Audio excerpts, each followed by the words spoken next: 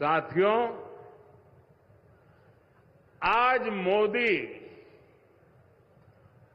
पहले जब भी आता था तो कुछ न कुछ लेकर के आता था, कुछ न कुछ देने के लिए आता था। कभी ये योजना, कभी वो योजना, कभी ये विकास का काम, कभी वो विकास का काम। आज मैं देने के लिए नहीं आया हूं, आज मैं आपसे कुछ मांगने के लिए आया हूं।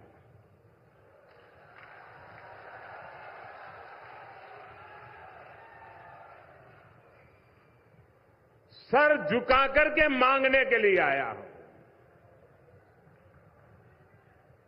मेरे लिए नहीं,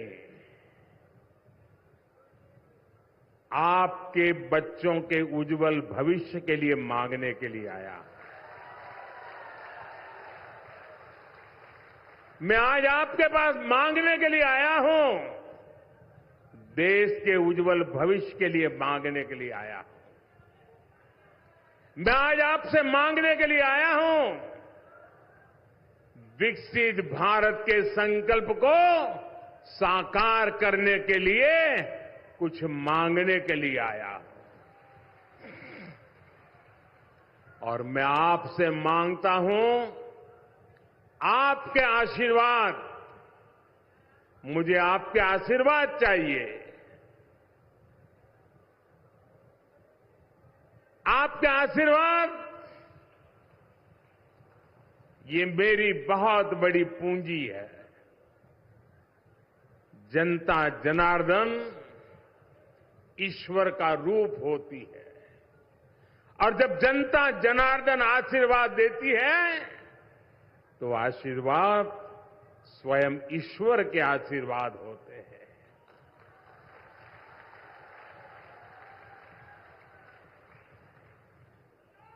और यह आशीर्वाद देने का एक ही तरीका इन दिनों है कि आप कमल के निशान पर बटन दबा करके आपका आशीर्वाद मोदी को पहुंचाइए।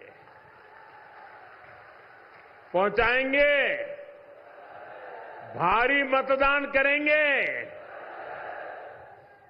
ये आपका वोट ही है जिसने पिछले 10 वर्षों में देश को तेज विकास की गारंटी दी है।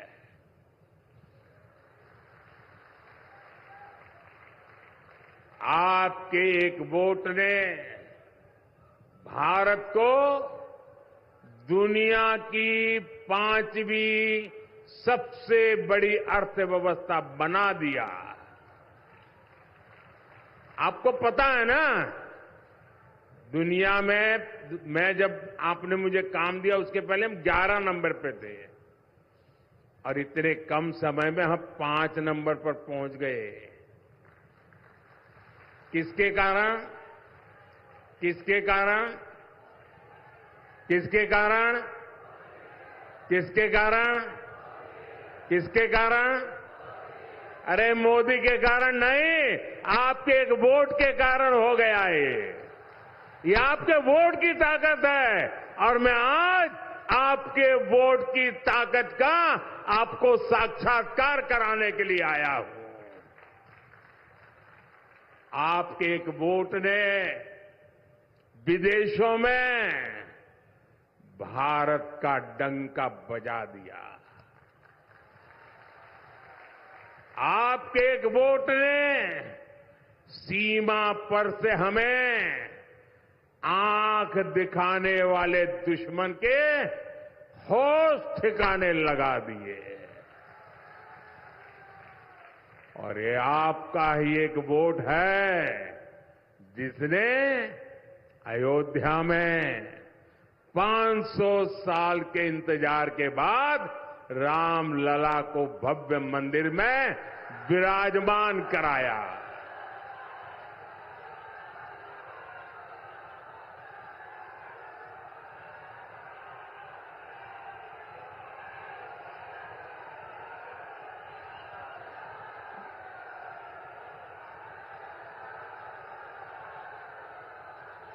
बेटा आप वो फोटो लेकर के नीचे बैठ जाइए, पीछे लोगों को दिखता नहीं है। आप बैठ जाइए। जय श्री राम। और इन 10 वर्षों में ये जो काम हुआ है वो तो केवल एक ट्रेलर है, ट्रेलर। अभी तो मुझे देश को, मध्य प्रदेश को बहुत आगे लेकर के जाना है।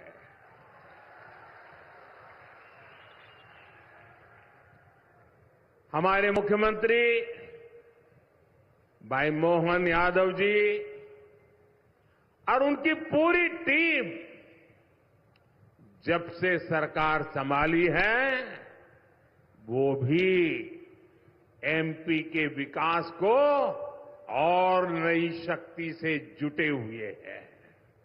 साथियों, बैतूल देश की एकता, अखंडता के लिए अपने प्राणों की बाजी लगाने वाले वीरों की धरती है। आदिवासी क्रांतिकारी सरदार गंजन सिंह जी कोरकू और सरदार विष्णु सिंह जी गौंड, उनके योगदान को कभी भी भुलाया नहीं जा सकता। लेकिन ये कांग्रेस ने कभी आदिवासी समाज के इस योगदान को स्वीकार ही नहीं किया। ये भाजपा है जिसने भगवान बिरसा मुंडा के जन्म दिवस को राष्ट्रीय जनजातीय गौरव दिवस घोषित किया। भाजपा सरकार में ही लाखों आदिवासी भाइयों बहनों को वन अधिकार का पट्टा दिया गया है। इन 10 वर्षों में पीएम आवास, उज्ज्वला सिलेंडर, बैंक खाते और मुफ्त इलाज जैसे अनेक काम हुए हैं। इन कार्यों ने आदिवासी समाज की हमारी माताओं, बहनों, बेटियों के जीवन से बहुत सी मुश्किलें कम कर दी है। साथियों, अगर सरकार की नीतियां सही हो तो अन्नदाता क्या कर सकता है, ये बैतूल के किसानों ने करके दिखाया है। इस क्षेत्र में रबी और मूंग की फसलों का उत्पादन जिस प्रकार से बढ़ा है, मैं हेलीकॉप्टर से उतर करके यहां पहुंचा, चारों तरफ मूंग मूंग मूंग की बात हो रही है। और यहां भी तोहफा दिया तो मूंग का ही दिया। और इसमें तवा नदी पर बने डैम का बहुत बड़ा योगदान है। हरदा में मोरन गंजाल संयुक्त सिंचाई परियोजना पर भी काम शुरू हो चुका है। आज एमपी के 80 लाख से अधिक किसानों को हमारी सरकार पीएम किसान सम्मान निधि भी दे रही है। बैतूल इंदौर 4 लेन हाईवे जैसी सड़कें भी बैतूल के किसानों और लोगों के लिए कई बड़े अवसर खोल देगी।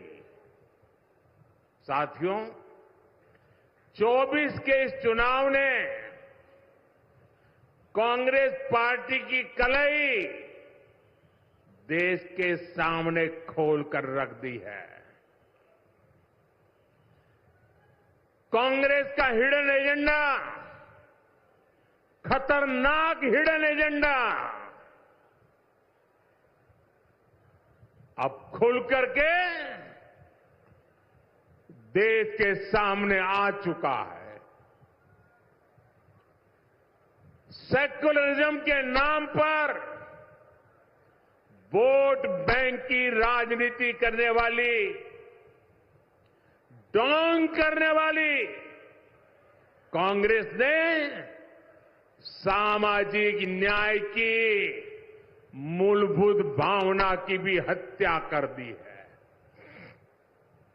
अब ये खुलकर सामने आ गया है कि कांग्रेस पार्टी दलितों, पिछड़ों, आदिवासियों से कितनी ज्यादा नफरत करती है। साथियों, आजादी के बाद कांग्रेस का सबसे बड़ा विरोध बाबा साहब आंबेडकर ने किया था। बाबा साहब दूर का देख सकते थे कांग्रेस देश को कैसे पतन के राह पर ले जा रही है, ये बाबा साहब ने उस समय देख लिया था। ये बाबा साहब आंबेडकर ही थे जिन्होंने धर्म के आधार पर आरक्षण दिए जाने का कड़ा विरोध किया था। हमारे संविधान निर्माताओं ने लंबे समय तक इसकी चर्चा की थी, हर प्रकार के दिमाग अप्लाई किए थे और हमारे संविधान निर्माताओं ने मिलकर के धर्म के आधार पर आरक्षण नहीं दे सकते, ये निर्णय किया था।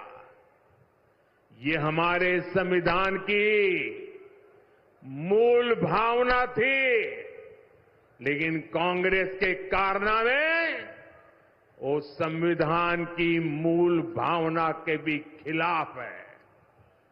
लेकिन कांग्रेस हमेशा बाबा साहब के संविधान को मिटाने और एससी, एसटी, ओबीसी के आरक्षण को छीनने की कोशिश करती रही है।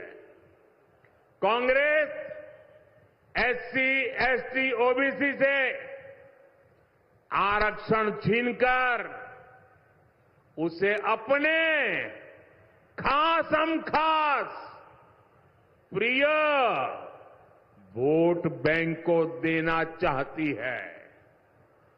जब केंद्र में कांग्रेस की सरकार बनी थी, तब उन्होंने सबसे पहले आंध्र प्रदेश में धर्म आधारित आरक्षण की शुरुआत की थी। लेकिन तब कांग्रेस अपने मंसूबों में पूरी तरह कामयाब नहीं हो पाई थी। लेकिन भाई और बहनों, कांग्रेस पार्टी अभी भी वो खेल खेलना चाहती है, चोरी छुपी से करना चाहती है, पर्दे के पीछे रह करके देशवासियों की आंख में धूल झोंक करके वो खेल खेलना चाहती है। कांग्रेस ने कर्नाटका में, ये जरा मेरे भाई बहन सुन लीजिए बराबर, कैसा पाप किया इन्होंने। कर्नाटका में ओबीसी को जो आरक्षण मिलता है, उस ओबीसी के कोटे से आरक्षण का हिस्सा छीनने के लिए पिछले दरवाजे से चोरी करने के लिए उन्होंने कर्नाटका में जितने मुसलमान हैं, सभी मुसलमानों को ओबीसी बना दिया और ओबीसी के लिए मिला हुआ आरक्षण उसको छीनने का पक्का षड्यंत्र पूरा कर दिया। कांग्रेस की ये हरकत पूरे देश के ओबीसी समाज के लिए खतरे की घंटी है।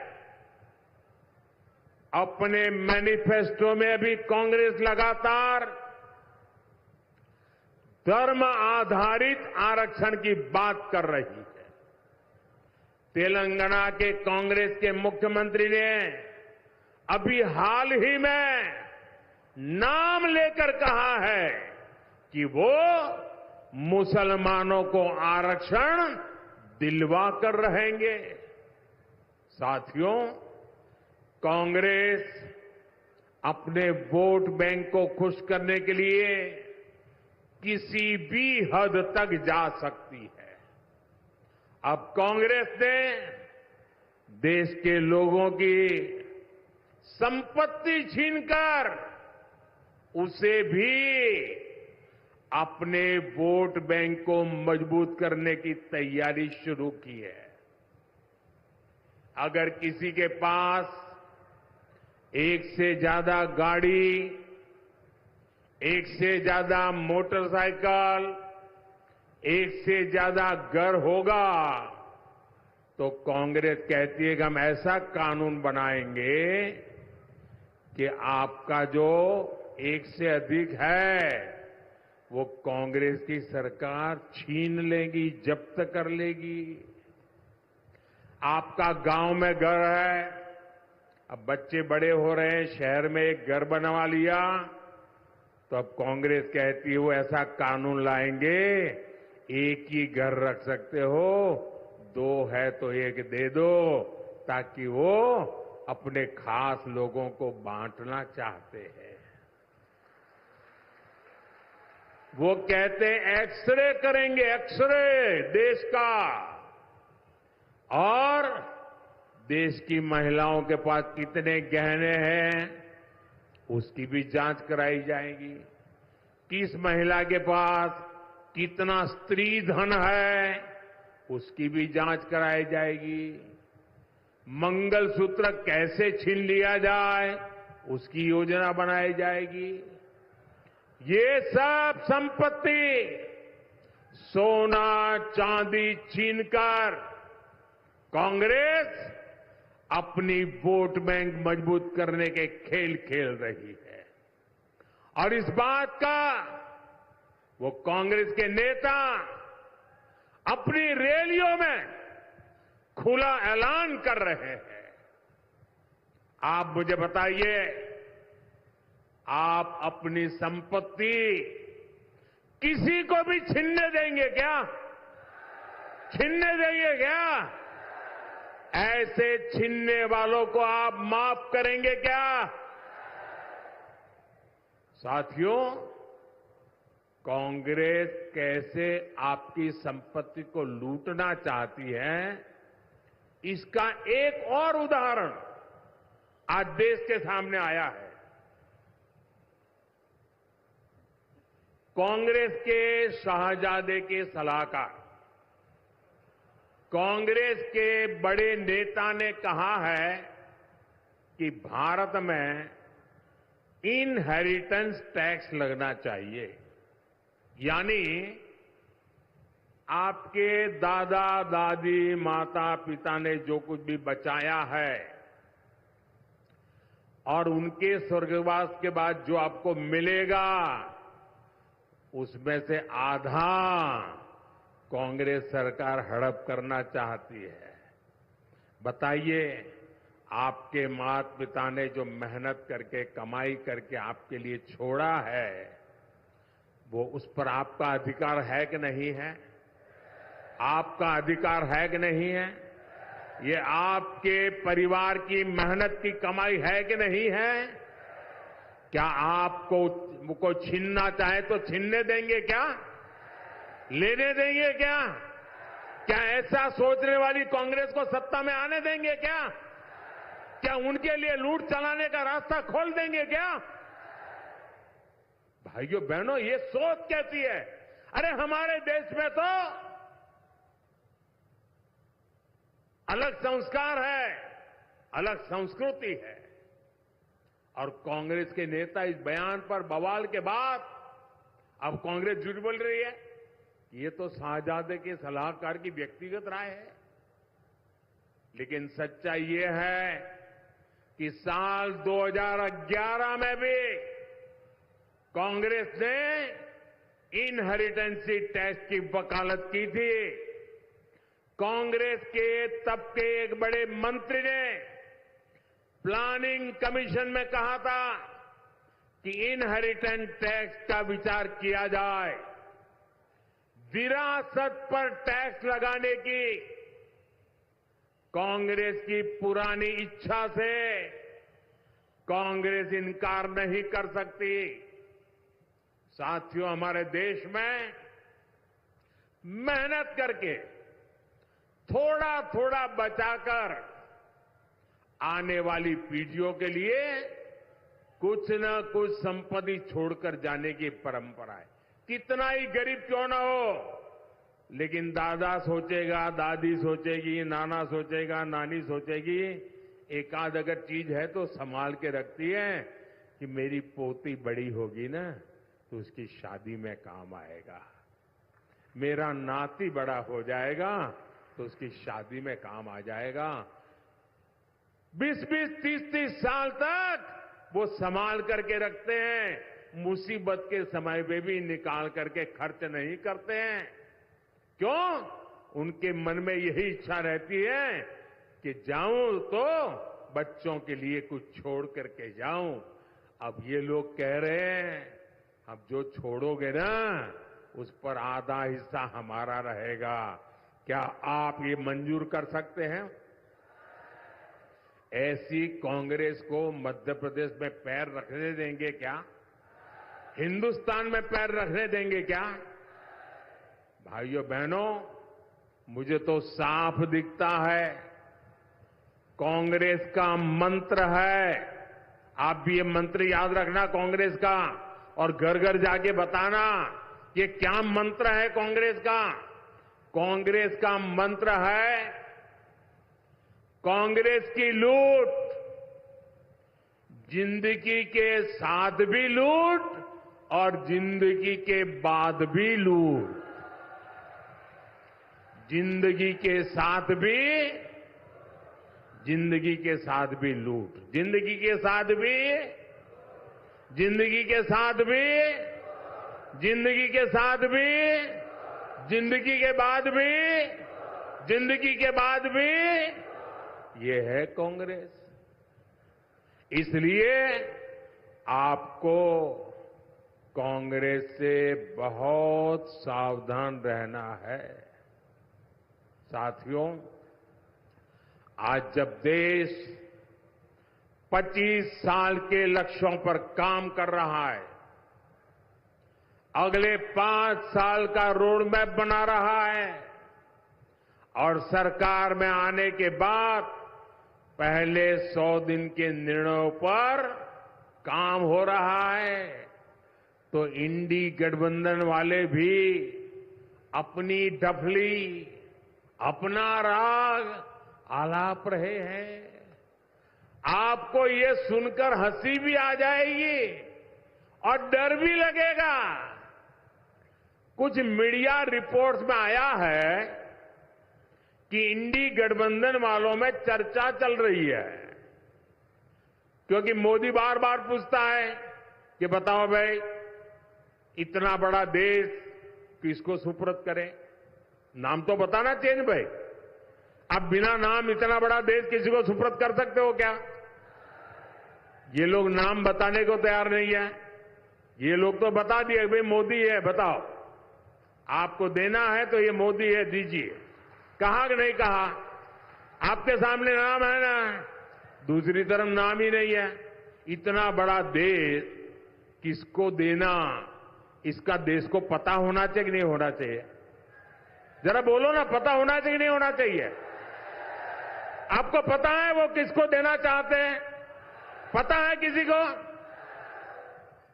तो ऐसा अंधेरे में हम तीर मार सकते हैं क्या? यहां तो साफ साफ है, 10 साल का अनुभव है। मोदी आपके सामने है और सब लोगों ने कहा है कि भाई मोदी हमारा उम्मीदवार है।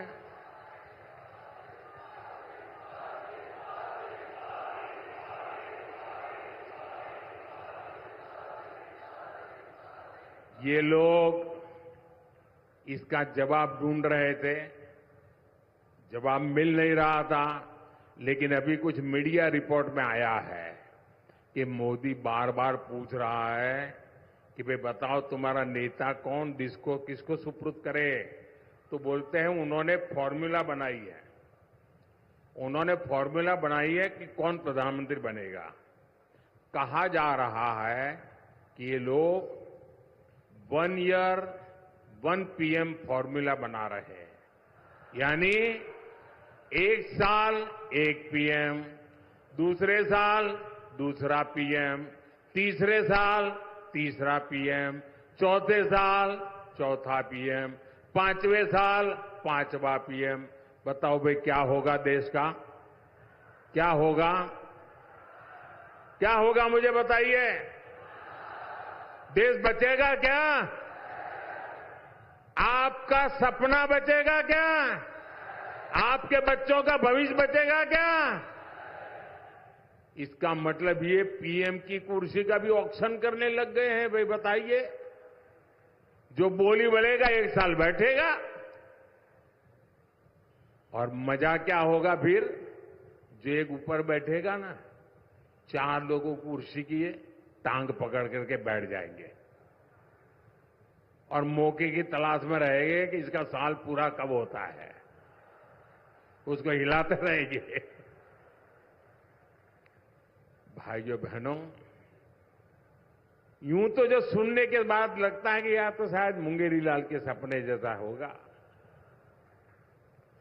लेकिन साथियों मैं आपको जागृत करना चाहता हूं, मैं चेताना चाहता हूं। ये मुंगेरी लाल के हसीन सपने कहावत कह करके सो जाने वाला मुद्दा नहीं है। ये बहुत डरावना खेल है, ये देश को तबाह करने वाला खेल है। ये सपना हसीन नहीं है, ये आपके सपनों को चूर चूर करने वाला खेल है दोस्तों। और इसलिए जाग जाइए, चेत जाइए, आपके वोट की ताकत समझिए।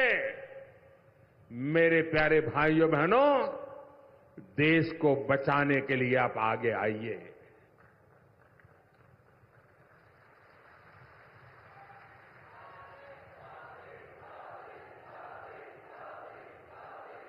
जो रील्स में, सोशल मीडिया पर लोग मजाक में कहते हैं, उस पर इंडी गठबंधन बहुत गंभीरता से विचार कर रहा है। आप मुझे बताइए, आप इस 1 साल 1 PM वाले फॉर्मूले से सहमत है क्या?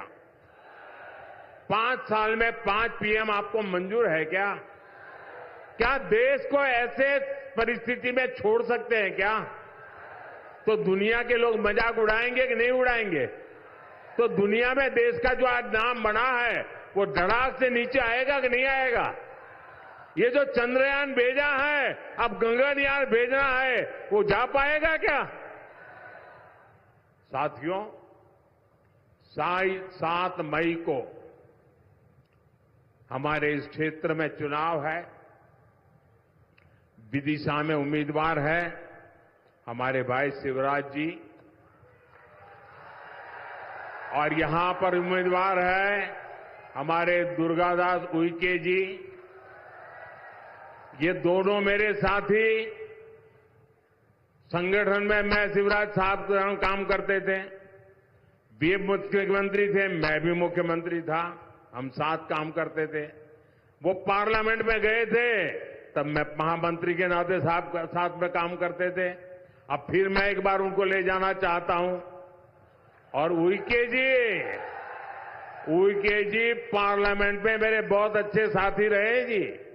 मेरे हर छोटे मोटे कामों की चिंता ये हमारे दुर्गादास जी करते थे। इन दोनों को भारी मतों से जीताना है। और बड़ी संख्या में आप जिता करके जब उनको वोट देते हैं ना, वो मोदी को शक्ति देता है। जब हम उनको वोट देते हैं तो वोट मोदी को पहुंचता है। और इसलिए मोदी को मजबूत बनाने के लिए आप मतदान करें और इसके लिए ज्यादा से ज्यादा मतदान होना चाहिए। कराओगे? घर घर जाओगे? मतदाताओं को मिलोगे? मतदान कराने के लिए कहोगे? उनको कहना आपका मतदान मोदी के लिए आशीर्वाद है, कहोगे? आपका मतदान मोदी के लिए आशीर्वाद है, कहोगे? पोलिंग बूथ जीतोगे? मेरा एक और अनुरोध है, करोगे? करोगे? बहुत लोग हैं जो यहां नहीं आए। जब मैं संगठन का काम करता था तो और नीचे तक जाता था, लोगों को राम राम करके आता था, लेकिन अब जा नहीं पाता हूं। देश भर में दौड़ना पड़ता है तो बहुत कम लोगों को मिल पाता हूं, लाखों लोग रह जाते हैं। लेकिन आप मेरे अपने हैं, तो एक काम बताऊं मैं आपको, आप करोगे? मेरे अपने हैं वो बता दे, करेंगे? जो मानते हैं कि वो मेरे हैं वो बता दे, करेंगे? पक्का करेंगे? एक काम करना, जो लोग यहां नहीं पहुंचे हैं उन पर जाना और कहना कि मोदी जी हरदा आए थे और मोदी जी ने आपको प्रणाम भेजा है, मेरा प्रणाम पहुंचा देंगे। हर घर में मेरा प्रणाम पहुंचा देंगे, घर घर जाके पहुंचा देंगे। बोलिए भारत माता की।